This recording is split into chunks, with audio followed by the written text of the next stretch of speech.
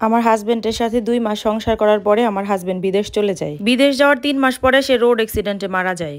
মাত্র 2 মাস সংসার করার পরে আমি বিধবা হয়ে গেলাম। মানুষ এখন আমাকে কোন চোখে দেখবে, সমাজ আমাকে এখন কোন চোখে দেখবে, আমি এখন সেটাই ভাবতেছি। আসলে আমাদের সমাজে বিধবা মেয়েদের কিন্তু কোনো মূল্য নাই। বিধবা মেয়েদেরকে সবাই 2 চোখের বিষ ভাবে, কেউ সমাজে জায়গা দিতে চায় না। একজন বিধবা মেয়েকে সবাই অপয়া ভাবে। আসলে সে কি ইচ্ছে করেই বিধবা হয়েছে, নাকি আল্লাহ তাআলাই তাকে বিধবা বানিয়েছে?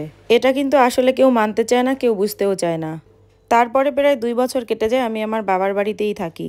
আমার জন্য যেই সম্বন্ধই আসে আমাকে দেখতে, তারাই আমাকে বিধবা জানার পরে ফেরত চলে যায়। কেউই আর আমাকে বিয়ে করতে চায় না। বিধবা মেয়েরা নাকি অপায়া হয়, তাদেরকে বিয়ে করলে নাকি তাদের অমঙ্গল হবে, এজন্য কেউই বিয়ে করতে চায় না। প্রায় 2 বছর পরে আবার এক ছেলের ঘর থেকে আমাকে দেখতে আসলো। আমি দেখতে শুনতে বেশ সুন্দরী আছি। আমাকে দেখার পরে তাদের এক চোখেই পছন্দ হয়ে যায়। ছেলে তো বলে উঠলো যে বিয়ে করলে আমি এই মেয়েকেই বিয়ে করব, কিন্তু আমি বললাম আমার সবকিছু যাই না শুই না, আমাকে যদি বিয়ে করতে চান তাহলে আমার কোনো আপত্তি নেই। তখন আমি বললাম আমার কিন্তু 2 বছর আগে একটা ছেলের সাথে বিয়ে হয়েছিল, তার সাথে আমি 2 মাস সংসার করেছি। তারপরে আমার হাজবেন্ড মারা যায়, আমি বিধবা। এই কথা শুনে ছেলে বলে উঠল, না আমি এই বিধবা মেয়েকে জীবনেও বিয়ে করব না। তার বোন, তার দুলাভাই সবাই বলে উঠল, না এই বিধবা মেয়েকে কখনোই আমার ভাইয়ের বউ বানাবো না। কিন্তু ছেলের মা বলল, না এই বিধবা মেয়েকেই আমার ঘরের আমি বউ করে নিয়ে আসবো। ছেলের মায়ের জোরাজুরিতে ছেলে এক পর্যায়ে রাজি হয়ে গেল এবং ছেলে বলে উঠল, যদি এই বিধবা মেয়েকে আমার বিয়ে করতে হয় তাহলে আমাকে একটা মোটরসাইকেল, নগদ 2 লক্ষ টাকা আর ঘর সাজানোর আসবাবপত্র সবকিছুই দিতে হবে। কিন্তু আমার বাবা তো এত বড়লোক ছিল না, আমার বাবার দেওয়ার মতো সামর্থ্য নাই। তারপরেও আমার বাবা বলেছে আমার মেয়ের সুখের জন্য আমি সবকিছুই করতে পারি, ঠিক আছে আমি সবকিছুই দিব। বিয়ে করে আমি তো তার বাড়িতে গেলাম, কিন্তু সে তো বাসর রাতে আমাকে অনেক কটু কথা শোনালো। সে বলল সে আমাকে কখনোই স্ত্রীর মর্যাদা দিবে না, সে নাকি শুধুমাত্র তার মায়ের কথা ভেবে আমাকে বিয়ে করেছে। আমি তো অনেক কান্নাকাটি করলাম, কিন্তু সে তো শুনলই না। আমার স্বামী বলল, তুমি আজ থেকে নিচে শোবা আর আমি উপরে শুবো, তুই কখনো আমার কাছে ঘেঁষারও চেষ্টা করবি না, আমি কোনোদিনও তোকে স্ত্রীর মর্যাদা দিব না। আমাকে আমার স্বামী অনেক মারধর করতো, আমার হাতের রান্না খাইতো না। আমি যদি রান্না করতাম তাহলে সে খেতে চাইতো না। আমাকে দিয়ে গোয়াল ঘরের কাজ করাতো, আমাকে দিয়ে মাঠে কাজ করাতো। আমাকে অনেক অত্যাচার করতো আমার স্বামী, আমার ননদ আর আমার ননদের হাজবেন্ড। কিন্তু আমার শাশুড়ি আমাকে অনেক ভালোবাসতো। একদিন আমাকে অনেক মারধর করে আমার বাবার বাড়িতে চলে যাই।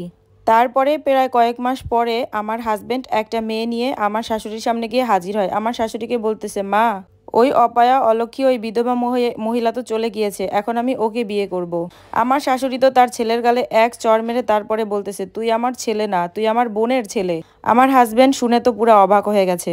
তখন আমার শাশুড়ি বলল, তোর মা ছিল বিধবা, তোরকে জন্ম দেওয়ার তোর বাবা মারা যায়, তোর মা অনেক কষ্ট করে সমাজে বসবাস করতেছিল, তাকে সবাই অনেক কটু কথা শোনাতো। একদিন হঠাৎ করে সে মারা যায় আর তোকে আমার হাতে দিয়ে যায় আর আমাকে বলে যায় আমি যেন তোকে কোনো এক বিধবা মেয়েকে বিয়ে করাই। আমার স্বামী সেই কথা শুনে তো পুরো অবাক। তখন আমার শাশুড়ি বলল, তুই এই মেয়েটার সাথে পাপ করেছিস, অন্যায় করেছিস, গুনাহ করেছিস। ও বিধবা হলেও ওই মেয়েটা অনেক ভালো ছিল, মানে আমার কথা বলতেছিল আমার শাশুড়ি। তখন আমার হাজবেন্ড নিজের ভুলটা বুঝতে পারলো এবং অনেক অনুতপ্ত হলো। আমার হাজবেন্ড আমার শাশুড়িকে বলল, ঠিক আছে মা, তুমি তাইলে তোমার বৌমাকে নিয়ে আসো। আমার শাশুড়ি বলল, আমি আনবো কেন, তুই অপমান করে বাড়ি থেকে তাড়িয়ে দিয়েছিস, তুই নিয়ে আয়। এক পর্যায়ে আমার হাজবেন্ড আমাদের বাড়িতে আসলো আমাকে নেয়ার জন্য। আমাকে এসে অনেক আকুতি মিনতি করলো এবং আমাকে বলল আমার মাও নাকি বিধবা ছিল। আমার মাকে সমাজের মানুষ অনেক অন্যায় অত্যাচার করেছে এবং সেই অন্যায় অত্যাচার সহ্য না করতে পেরে আমার মা মারা গেছে। আমি এটা যদি আরো আগে জানতাম আমি তোমার সাথে কখনোই খারাপ ব্যবহার করতাম না।